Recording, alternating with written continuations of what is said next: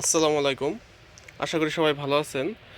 গত ৩-৪ দিন আগে আপনাদের বলছিলাম যে আমার এখানে যে লোশনগুলো যে স্টক করে রাখছি, তো এগুলো সামনে ডিসপ্লে দিব। ডিসপ্লে মোটামুটি কিছুটা দিছি।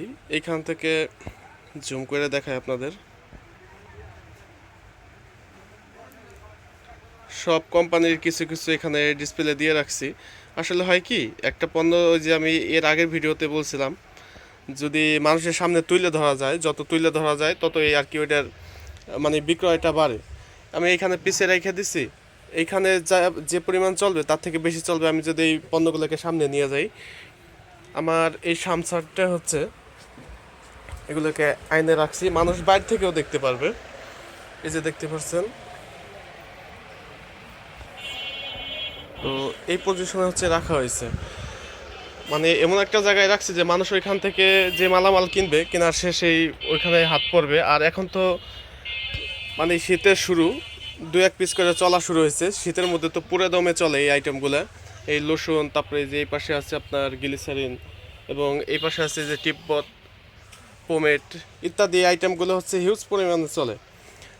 যখন মানুষের চাহিদা ক্রমান্বয়ে বাড়তে শুরু করবে লোশনগুলো, আমি ততই আরও বেশি সামনে নেব। যেহেতু এখন দু এক পিস করে চলতেছে, এই জন্যে সামনে 2-4 পিস করে রাখছি।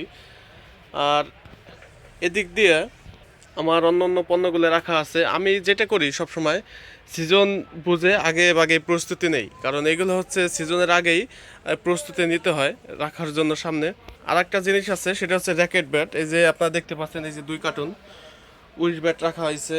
তারপরে আরও ছোট বড় ব্যাট মিলে এই পাশেও কিছু ব্যাট রাখা আছে, এই যে দেখেন। আর সামনেও কিছু ব্যাটের ডিসপ্লে দিছি, যদিও আমি ভিতর থেকে দেখাইতেছি, দাঁড়ান বাইরে যাইতে পারলে হয়তো বা বেশি ভালো হতো। এই পাশটা হচ্ছে ওই ব্যাটগুলোর ডিসপ্লে দেওয়া হয়েছে যাতে বাইরে থেকে মানুষ বুঝতে পারে। তো এইভাবে হচ্ছে মালামালগুলো সাজায় রাখা হয়েছে। তো ভালো থাকেন সবাই, দেখা হবে আবার নতুন কোনো ভিডিওতে।